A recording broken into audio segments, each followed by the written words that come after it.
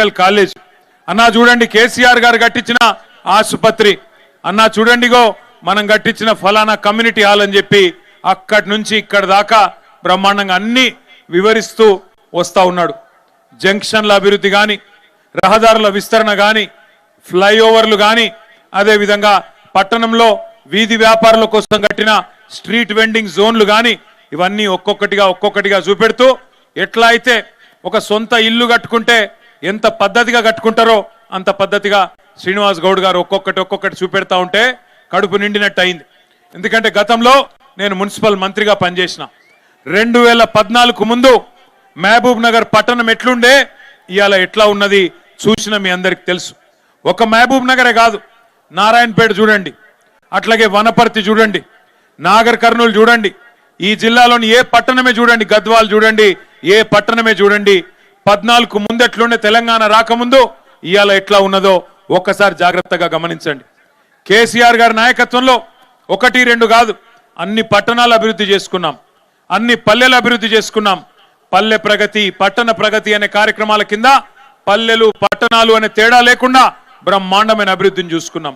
సరే, కొద్ది తేడాతో ఓడిపోయినాం, కానీ 2 ఏళ్ళు అయిపోయింది కాంగ్రెస్ ప్రభుత్వం వచ్చి. ఎక్కడేసిన గొంగలి అక్కడనే అన్నట్టు ఒక్క పని కూడా కొత్తగా చేసింది లేదు. పల్లెల్లో కేసీఆర్ గారి నాయకత్వంలో ట్రాక్టర్లు పెట్టి, ట్యాంకర్లు పెట్టి, చెట్లు పెట్టి, ఇంటింటికి నల్లా పెట్టి, ప్రతి గల్లీలో వీధిల్లో స్ట్రీట్ లైట్లు పెట్టి, వైకుంఠ ధామాలు కట్టి, డంపింగ్ యార్డులు పెట్టి, పల్లె ప్రకృతి వనాలు కట్టి అద్భుతమైన అభివృద్ధిని కేసీఆర్ గారు చూపెడితే ఈ 2 ఏళ్లలో ట్యాంకర్లో నీళ్లు లేవు, ట్రాక్టర్లో డీజిల్ లేదు, కనీసం పైన పెట్టిన బుగ్గలు అవి కూడా వెలుగుతలేవు. ఇది వాస్తవం, మీకు తెలుసు. అందుకే మొన్న జరిగిన సర్పంచ్ ఎన్నికల్లో 40% సీట్లను ప్రజలు 2 ఏళ్లు తిరగకుండానే మనకిచ్చినారు. అంటే పాలమూరులో మార్పు మొదలైంది. దానికి మొన్న మీరు చూసింది కేవలం శాంపిల్ మాత్రమే. రేపు మున్సిపల్ ఎన్నికల్లో కూడా మీకు కనబడుతుంది, తప్పకుండా కనబడుతుంది. ఎందుకంటే ప్రజలు అసంతృప్తిగా ఉన్నారు. ఎన్ని అబద్ధపు మాటలు చెప్పి, అడ్డగోలు హామీలు ఇచ్చి, నేను మీ పాలమూరు బిడ్డను, నన్ను ముఖ్యమంత్రి చేయండి అని చెప్పి డైలాగులు కొట్టి సెంటిమెంట్ పెట్టి ఇవాళ 6 గ్యారంటీలు 420 హామీలు ఇచ్చి గద్దెనెక్కింది కాంగ్రెస్ ప్రభుత్వం. కొలువు తీరిండు రేవంత్ రెడ్డి. 2 ఏళ్ళు అయిపోయింది. 100 రోజుల్లోనే 100 రోజుల్లో 6 గ్యారంటీలు అమలు చేస్తామన్నారు. మరి 2 ఏళ్ళు అయింది, ఒక్క హామీ అమలైందా సరిగ్గా ఒక్కసారి గుర్తు చేసుకోండి. కొత్తవి అమలు చేయడం దేవుడెరుగు, ఉన్నాయి కూడా ఊడగొట్టినారు. కేసీఆర్ కిట్టు, కేసీఆర్ గారు ఉన్నప్పుడు ఒక ఆడబిడ్డ ప్రసూతి అయితే ఇంటికాడ బండెక్కించుకొని దవాఖానా తీసుకుపోయి మళ్ళీ బిడ్డ పుట్టినాక ఇంటికాడ దించిన సంస్కారవంతమైన ప్రభుత్వం. మగ పిల్లగాడు పుడితే 12,000, ఆడపిల్ల పుడితే మహాలక్ష్మి పుట్టిందని చెప్పి 13,000 ఇచ్చిన ప్రభుత్వం. ఇలా ఉన్నదా కేసీఆర్ కిట్టు? అది కూడా పోయింది. బతుకమ్మ పండుగ వస్తే కేసీఆర్ గారు ఆనాడు ఆడబిడ్డకు ఒక కానుక పెట్టేది, బతుకమ్మ చీర పంపేది. ఇలా వస్తున్నదా బతుకమ్మ చీర? రంజాన్ పండుగ వస్తే రంజాన్ తోఫా ఇచ్చేది. आज मिल रहा आपको रमजान तोहफा नहीं. క్రిస్మస్ కొస్తే క్రిస్మస్ పండుగకు క్రైస్తవులకు అందరికీ క్రిస్మస్ కానుక ఇచ్చేది. ఇలా వస్తున్నదా? అది కూడా లేదు. కొత్తయి దేవుడెరుగు కొత్త పథకాలు ఉన్నాయి, ఊడగొట్టినారు. నెలకు 2,000 రూపాయలు కేసీఆర్ గారు పెన్షన్ ఇచ్చేది 46 లక్షల మందికి. రేవంత్ రెడ్డి ఏమన్నాడు? కేసీఆర్ గారు ఒక ముసలమ్మకో పండబెట్టి తొక్కుతా అంటాడు. నిజంగానే పండబెట్టిండు, వ్యవసాయాన్ని పండబెట్టిండు, రైతాంగాన్ని తొక్కిండు. రైతు బంధు కేసీఆర్ గారు 2 పంటలకు ఇస్తే నేను 3 పంటలకు ఇస్తా అన్నాడు. నాటేసే టైంకు కేసీఆర్ గారు ఉన్నప్పుడు రైతు బంధు పడేది. ఒకసారి కాదు, 2 సార్లు కాదు, 11 సార్లు 70 లక్షల మంది రైతుల ఖాతాల్లో 73,000 కోట్ల రూపాయలు జమ చేసిన నాయకుడు ఎవరు? కేసీఆర్ గారు. కానీ ఈ మొనగాడు ఎన్ని మాటలు చెప్పిండు ఆ రోజు? 2 పంటలకు ఇస్తారా, 3 పంటలకు ఇయ్యాల రైతు బంధు అన్నాడు. 2 పంటలకేనా, 3వ పంటకి ఇయ్యవా అని నిలదీసిండు. 10,000 15,000 ఇస్తా అన్నాడు. ముష్టేసినట్టు 10,000 ఇస్తావా? మా సోనియమ్మ మీద ఒట్టు, నీ అమ్మ మీద ఒట్టు 15,000 ఇస్తా అన్నాడు. మరి ఇలా సోనియమ్మ మీద ఒట్టేసినావు కదా, ఇచ్చినవా 15,000? వచ్చినాయా? భూ యజమానులకే ఇస్తున్నాడు ముఖ్యమంత్రి కేసీఆర్. నేను కౌలుదారులకు కూడా ఇస్తా అన్నాడు. పట్టించుకుంటున్నాడా మళ్ళీ ఇలా కౌలు రైతులను? రైతు కూలీలకు నెలకు 1000 రూపాయలు ఇస్తా అన్నాడు. రాహుల్ గాంధీ మీద ఒట్టన్నాడు. ఇస్తున్నాడా? పడుతున్నాయా రైతు కూలీలకు? ఆలోచించండి. ఎన్ని అబద్ధాలు. కేసీఆర్ గారు కళ్యాణ లక్ష్మి షాదీ ముబారక్ పేరు మీద 1,00,000 రూపాయలు ఇచ్చి 15 లక్షల మందికి పెళ్లి చేస్తే నేను తులం బంగారం ఇస్తా, ఆయన ఇచ్చే పైసలు మరి లగ్గమైపోయినాక 6 నెలలకు వస్తున్నాయి, నేను మీరు పత్రిక పెట్టుకోగానే ఇస్తా అన్నాడు. తులం బంగారం ఇంటికే పంపుతా అన్నాడు. వస్తుందా తులం బంగారం? మేము ఆ రోజే చెప్పినాం ప్రజలకి, వీళ్ళు కాంగ్రెస్ వాళ్ళు నమ్మదగ్గ మనుషులు కాదు, బంగారం ఇచ్చే మనుషులు కాదు, పుస్తల తాడెత్తుకపోయే బ్యాచ్ వీళ్ళని చెప్పినాం. నమ్మలేదు, మమ్మల్ని నమ్మలే, వాళ్ళని నమ్మినరు. ఇవాళ ఏమైందో మీకు గనపడుతున్నది. పాలమూరు బిడ్డ పాలమూరు బిడ్డ అన్నాడు. ఏమై మరి పాలమూరు బిడ్డకు బంగారం దొరకలేదా? బంగారు దుకాణాలు కనబడతలేవా? బంగారు దుకాణంలో ముఖ్యమంత్రికి ఆయన మాటకు విలువ లేదా? ఎందుకు ఇస్తలేవు మరి తులం బంగారం? ఎప్పుడు ఇస్తావు? ఇంకా ఈ మోగోడు అంట, ఈ సిపాయి ఏది తులం బంగారం ఇస్తా అని ఇప్పటిదాకా కనీసం కళ్యాణ లక్ష్మి కూడా చక్కగా ఇయ్యనోడంట. ఇలా ఆడబిడ్డలందరినీ 1,00,000 మంది ఆడబిడ్డల్ని కోటీశ్వరులు చేస్తాడంట. కూట్లే రాయి తీయనోడు ఏట్ల రాయి దిత్తాను బయలుదేరిండంట. 1,00,000 మంది ఆడబిడ్డల్ని కోటీశ్వరులు చేయాలంటే ఎన్ని పైసలు కావాలా? ఎన్ని కోట్లు కావాలా? 1,00,00,000 కోట్లు కావాలా? 1,00,00,000 కోట్లు అంటే మాట్లాడితే కూడా అబద్ధం చెప్తే కూడా కొద్దిగా అతికేటట్టు ఉండాలనా లేదా? ఎన్ని అబద్ధాలు, ఎన్ని అడ్డగోలు హామీలు గుర్తు తెచ్చుకోండి. ఆడపిల్లలకు స్కూటీలు ఇస్తా అన్నాడు. చదువుకునే ఆడపిల్లలకి ఇచ్చిండా? స్కూటీలు కాదు కదా, లూటీ మాత్రం మంచిగా జరుగుతున్నది. స్కూటీలు రాలే, లూటీ మాత్రం జోర్దార్ నడుస్తున్నది. ఆలోచన చేయండి. విద్యా భరోసా కార్డు ఇస్తా అన్నాడు. మరి ఫీజు రీయింబర్స్మెంట్కే దిక్కులేదు.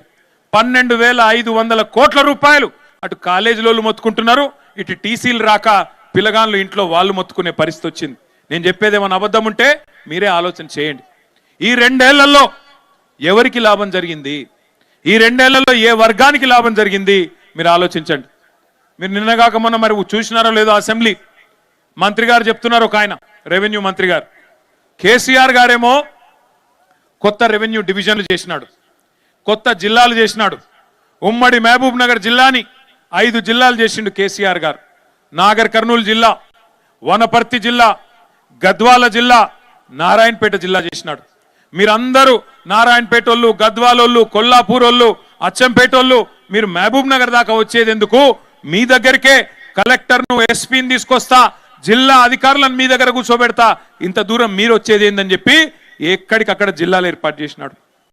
కలెక్టర్లను మీ గడప ముంగట కూర్చోబెట్టినాడు. కొత్త రెవెన్యూ డివిజన్లు ఏర్పాటు చేసినారు, కొత్త మండలాలు ఏర్పాటు చేసినారు. ఈ జిల్లాలో ఉండే మా లంబాడా సోదరులు, మా గిరిజన సోదరులు మీ ఆకాంక్ష నెరవేరుస్తూ తాండాలను గ్రామ పంచాయతీలు చేసిండు కేసీఆర్. మరి ఇవాళ కాంగ్రెస్ ప్రభుత్వం ఏం చెప్తుందో తెలుసా? కేసీఆర్ తప్పు చేసిండు, తాండాలు గ్రామ పంచాయతీలు చేసేది కాకుండే, మహబూబ్ నగర్ జిల్లాను 5 ముక్కలు చేసేది కాకుండే, అందుకే వనపర్తి రద్దు చేస్తాం, నారాయణపేట రద్దు చేస్తాం, అట్లాగే గద్వాల జిల్లా కూడా రద్దు చేస్తామని చెప్పి నిన్నగాక మొన్న పొంగులేటి శ్రీనివాసరెడ్డి రెవెన్యూ మంత్రి గారు ప్రకటిస్తా ఉన్నాడు. శాస్త్రీయంగా చేయలేదు, వీళ్ళకు కూడా శ్రీకారం చుడతామని చెప్పి కూడా హెచ్చరిస్తా ఉన్నా. పిచ్చి పిచ్చి పొరపాట్లు చేయకండి. నీకు అధికారం ఇచ్చింది నీ అడ్డమైన అబద్ధపు హామీలను చూసి మోసపోయి ప్రజలు అవకాశం ఇచ్చినారు. నీకు చేతనైతే ఇచ్చిన హామీలు నెరవేర్చు. 420 హామీలు ఇచ్చినావు కదా, నెరవేర్చు. కేసీఆర్ గారి నాయకత్వంలో ఈ జిల్లాని సస్యశ్యామలం చేయాలని చెప్పి పాలమూరు రంగారెడ్డి ఎత్తిపోతల పథకాన్ని కేసీఆర్ గారు బ్రహ్మాండంగా కృష్ణా జలాల్లో మన జిల్లాకు, రంగారెడ్డి జిల్లాకు, కొంత భాగం నల్లగొండ జిల్లాకు నీళ్లు ఇవ్వాలన్న ఉద్దేశంతో 14 లక్షల ఎకరాలకు నీళ్లు ఇవ్వాలని చెప్పి బ్రహ్మాండమైన పథకం పాలమూరు రంగారెడ్డి ఎత్తిపోతల పథకం. 30,000 కోట్లు ఖర్చు పెట్టినాం. 90 పాలమూరు రంగారెడ్డి ఎత్తిపోతల పథకం 30,000 కోట్లు ఖర్చు పెట్టినాం. 90% పనులు పూర్తి చేసినాం. రిజర్వాయర్లన్నీ పూర్తయినాయి. కావాలంటే మీరు కూడా చూడొచ్చు. నార్లాపూరు, ఏదుల, కరివెన, వట్టెం, అట్లాగే ఉద్దండాపూర్ రిజర్వాయర్ ఏనుగెళ్ళింది తోక చిక్కింది అన్నట్టు 90% పని పూర్తయి ఒక కాలువలు మాత్రమే పూర్తి చేసేది ఉన్నది. కేసీఆర్ గారు పంపులు కూడా పెట్టిండు. ఆ పంపులు కూడా, ఒక పంపు నార్లాపూర్లో స్వయంగా కేసీఆర్ గారే ముఖ్యమంత్రిగా 2023 సంవత్సరంలో వచ్చి ప్రారంభించిండు. నీళ్లను కూడా పాలమూరుకు చూపెట్టిండు. అట్లాగే అప్పటిదాకా పెండింగ్ ప్రాజెక్టులుగా కాంగ్రెస్ ప్రభుత్వం పట్టించుకోకుండా పడావు పెట్టిన ప్రాజెక్టులను, పండబెట్టిన ప్రాజెక్టులను రన్నింగ్ ప్రాజెక్టులుగా మార్చి కల్వకుర్తి గాని, భీమా గాని, నెట్టెంపాడు గాని ఇవన్నిటిని పూర్తి చేసి ఈ జిల్లాల్లో కేసీఆర్ గారి ప్రభుత్వంలో ఒకనాడు కాంగ్రెస్ ఉన్నప్పుడు ఈ జిల్లా మైగ్రేషన్ కి మారుపేరు. కానీ కేసీఆర్ గారు వచ్చిన తర్వాత మైగ్రేషన్ కాదు ఇరిగేషన్ కు మారుపేరుగా 8 లక్షల ఎకరాలకు నీళ్ళిచ్చిన నాయకుడు కేసీఆర్ గారు. అట్లాంటి కేసీఆర్ గారు పాలమూరు రంగారెడ్డిని కూడా పూర్తి చేసి 14 లక్షల ఎకరాలకు నీళ్ళు ఇవ్వాలని చెప్పి ప్రణాళికలు రూపొందించి 90% పూర్తి చేసి 30,000 కోట్ల రూపాయలు ఖర్చు పెడితే ఈ సన్నాసి ముఖ్యమంత్రి 10% పని కూడా చేయలేకపోతా ఉన్నాడు. ఎందుకు? ఏం బాధ నీకు? పాలమూరు బిడ్డనంటావు, ఎందుకు పాలమూరుకు నీళ్ళు ఇవ్వమంటే ఆయన బయటికి చెప్పాడు. కానీ ఒకటే ఒకటి ఆయన మనసులో ఉన్నది, తొందరగా పాలమూరు రంగారెడ్డి ఎత్తిపోతల పథకాన్ని పూర్తి చేస్తే కేసీఆర్ కు పేరు వస్తుంది, ప్రజలు కేసీఆర్ ను గుర్తు చేసుకుంటారు. అట్లే పాత బాసు ఉన్నాడు కదా ఆయనకు, పాత బాసు ఎవరు? పాత బాసు. ఆయన కోపం వస్తుంది. మరి కృష్ణా నీళ్లు మొత్తం ఈడ గుంజితే మన హక్కు మనం తీసుకుంటే కిందికి నీళ్లు పోవు కదా, పాత బాసు ఊకుంటాడా? అరే కౌలు రైతులకు రైతు భరోసా ఇయ్యడు, రైతు కూలీలకు నెలకు 1000 రూపాయలు ఇస్తా అన్నాడు, అది ఇయ్యడు. ఆఖరికి రైతులకు యూరియా బస్తాలు కూడా దొరుకుతలేవు. ఇలా యూరియా బస్తా ఇయ్యనోడంట మొత్తం పాలమూరును సస్యశ్యామలం చేస్తా అని మళ్ళా డైలాగులు కొట్టడానికి 17 తారీఖు ఇడికి వస్తున్నాడంట. గుర్తుపెట్టుకోండి, ఎవరైనా ఒకసారి మోసపోవాలి, ఇన్నిసార్లు మోసపోతే మరి వాళ్ళ తప్పు కాదు మన తప్పు అవుతుంది. ఆయన నాకు ఒకటి మాత్రం అనిపిస్తుంది, రేవంత్ రెడ్డి గారు చాలా నిజాయితీ గల మోసగాడు. ఆయన చెప్పి మోసం చేసిండు. ఆయన ఏమన్నాడు? ప్రజలు మోసగాళ్ళనే నమ్ముతారు, ప్రజలు మోసగాళ్ళనే నమ్ముతారు, అందుకే మేము మోసం చేస్తామని చెప్పి నిజాయితీగా చెప్పిండు. ఆయన తప్పు కాదు, ఆయన చాలా నిజాయితీగా చెప్పినాడు. ఇప్పుడు కూడా చెప్తున్నాడు ఆయన. ఏం చెప్తున్నాడు మీకు? మళ్ళొక్కసారి మోసం చేయనికే పాలమూరు నా నాయకత్వంలోనేమో చేస్తా అని చెప్తున్నాడు. నేను అడుగుతున్నా రేవంత్ రెడ్డి, 17 తారీఖు వస్తున్నావు కదా మహబూబ్ నగర్ పట్టణానికి, ఒక్క మాట స్పష్టంగా చెప్పు. నీ ప్రభుత్వం వచ్చినాక మేము ఆనాడు ఐటీ హబ్ కట్టి అక్కడ 14 పరిశ్రమలు తెస్తే నీ ప్రభుత్వం వచ్చినాక ఆ 14 పరిశ్రమలు ఎందుకు పారిపోయినాయో ఒక్కసారి తెలంగాణ యువతకు, పాలమూరు యువతకు, మహబూబ్ నగర్ యువతకు సమాధానం చెప్పమని కోరుతా ఉన్నా. నీ ప్రభుత్వం వచ్చినాక ఈ 2 ఏళ్లలో పాలమూరుకు ఒక్క పరిశ్రమ తెచ్చినవా? ఒక్కటంటే ఒక్క పరిశ్రమ తెచ్చినవా? సమాధానం చెప్పు చిత్తశుద్ధి ఉంటే.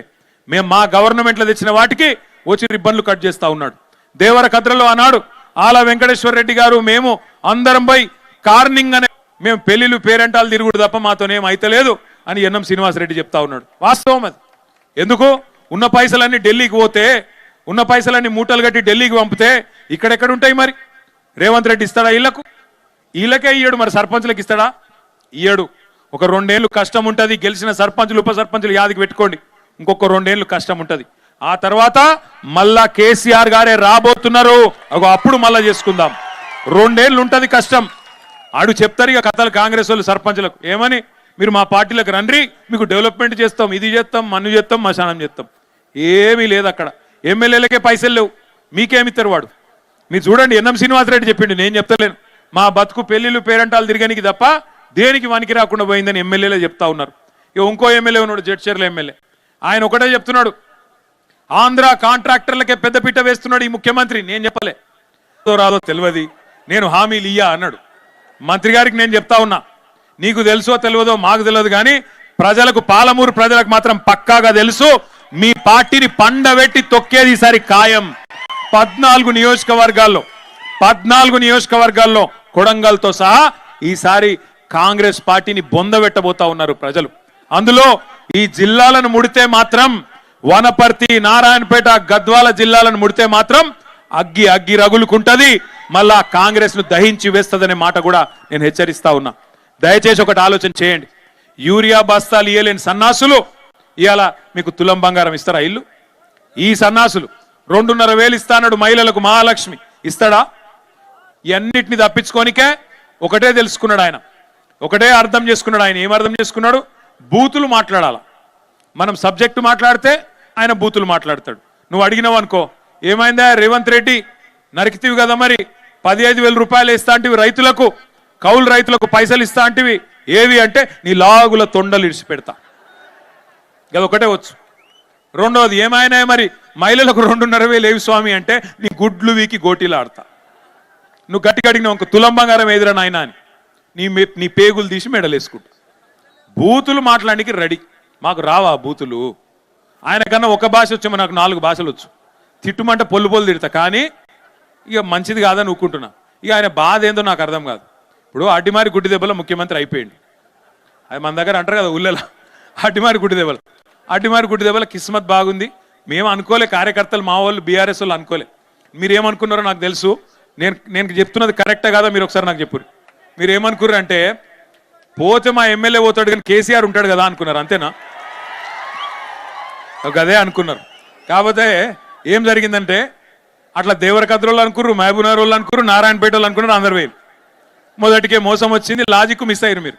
ఎమ్మెల్యే లేకపోతే కేసీఆర్ ఎట్లుంటాడే, ఒక గది మిస్ అయ్యారు మీరు. అందుకే నేను మీ అందరికీ ఒకటి దండం పెట్టి చెప్తున్నా, ఈ కాడ నుంచి ఒకటి యాద పెట్టుకోరు. ఇక పోయినసారి జరిగిన తప్పు మళ్ళీ జరగద్దు అంటే ఏం చేయాలి? రేపు మున్సిపాలిటీలో కూడా మళ్ళీ కారు గుర్తు మీద బీఫామ్ మీద వస్తారా మనోళ్ళు? వస్తే మీరు ఏం చేయాలంటే వాడు సక్కటోడా, వాడు పొడుగు ఉన్నాడా, వాడు పొట్టిగా ఉన్నాడా, ఇవన్నీ చూడకూరి. ఆడు మంచోడు కదా, అవన్నీ కాదు. ఒక కారు గుర్తు మీద ఒక అభ్యర్థి వచ్చిండంటే కేసీఆర్ గారు అన్ని ఆలోచించే ఇచ్చింటాడు అనుకోవాలా. కారు చూడాలా, కేసీఆర్ని యాడ్ చేసుకోవాలా, గట్టిగా ఒత్తాలి. అంతేగాని ఇక మళ్ళీ చర్చలు పెట్టద్దు. మళ్ళీ ఇక మా ఓడు పోతే వేడి కానీ కేసీఆర్ వస్తాడు కదా, ఈయన పోతే ఏంది ఆయన గెలుస్తాడు కదా, వద్దుగా. మీరు ఇక్కడి నుంచి గట్టిగా కసి మీద, సరే సర్పంచ్ ఎన్నికల్లో గుర్తులు లేవు, కానీ రేపు ఎంపీటీసీ ఎన్నికల్లో, జెడ్పీటీసీ ఎన్నికల్లో, మున్సిపల్ ఎన్నికల్లో కారు గుర్తు గులాబీ జెండా ఉంటది. అది మాత్రమే చూడాలి తప్ప అటు ఇటు చూడద్దిగా. పక్కనా మళ్ళా తప్పు చేయరు కదా, గట్టి కొట్లాడదామా? కొట్లాడదాం. రెండో మాట, ఇంకొక మాట నేను విజ్ఞప్తి చేసేది మీకు, దయచేసి ఒకటి గుర్తుపెట్టుకోండి. మీరు మున్సిపల్ ఎన్నికల్లో కనుక గట్టికి కొడితే నాకు తెలిసి రేవంత్ రెడ్డి జిల్లా పరిషత్ ఎన్నిక పెట్టే ధైర్యం కూడా చేయడు.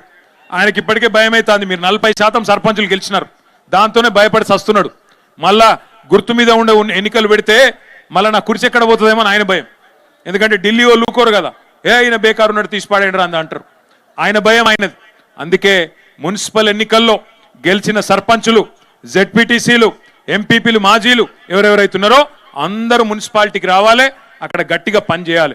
అక్కడ మీ చుట్టాలు ఉంటారు, మీ దోస్తులు ఉంటారు, మీ క్లాస్మేట్లు ఉంటారు, వాళ్ళందరికీ ఒకటే చెప్పాలి, అరే మళ్ళీ తిరిగి కేసీఆర్ గారిని తెచ్చుకోవాలంటే ఈ మున్సిపాలిటీలో కూడా గట్టిగా కారు గుర్తు మీదనే ఒత్తాలా అని చెప్పి గట్టిగా చెప్పి బరాబర్ మనోళ్ళు ఎవరు నిలబడ్డా వారిని గెలిపించుకునే బాధ్యత మనందరం తీసుకోవాలని చెప్పి కూడా నేను కోరుతా ఉన్నా. చివరగా ముగించే ముందు నేను ఒక్కటే ప్రార్థన చేస్తా ఉన్నా, మళ్ళీ ఐటీ హబ్ కలకలలాడాలి అంటే, మళ్ళీ ఇక్కడ ఉద్యోగాలు రావాలి అంటే, అమర రాజా లాంటి పరిశ్రమలు మళ్ళీ రావాలి అంటే, రైతులకు మంచి రోజులు రావాలంటే, మా ఆడబిడ్డల ముఖంలో మళ్ళీ చిరునవ్వు వెలగాలి అంటే, మన భూముల ధరలు మళ్ళీ పెరగాలి అంటే మళ్ళొక్కసారి కేసీఆర్ రావాలి అన్నది గుర్తుపెట్టుకోండి. ఈసారి తప్పు చేయొద్దు, ఈసారి ఏ మరుపాటు వద్దు. ఆల వెంకటేశ్వర్ రెడ్డి 1300 ఓట్లతో ఓడిపోయింది, మర్రి జనార్దన్ రెడ్డి 5000 ఓట్లతో ఓడిపోయింది, లక్ష్మారెడ్డి గారు కూడా దగ్గరకు వచ్చి ఓడిపోయింది. ఇట్లా ఈసారి తప్పు జరగొద్దు. ఈసారి ఎవరు నిలబడ్డా ఒకటే గుర్తుపెట్టుకోవాలా, మళ్ళా గులాబీ జెండా ఎగిరి కేసీఆర్ గారు మళ్ళీ వస్తేనే పాలమూరు రంగారెడ్డి ఎత్తిపోతల పథకంలో భాగంగా మన పొలాలకు నీళ్లు వస్తాయి. ఈ దుర్మార్గులు ఉన్నంత కాలం వీళ్ళు ఏమి చెయ్యరు.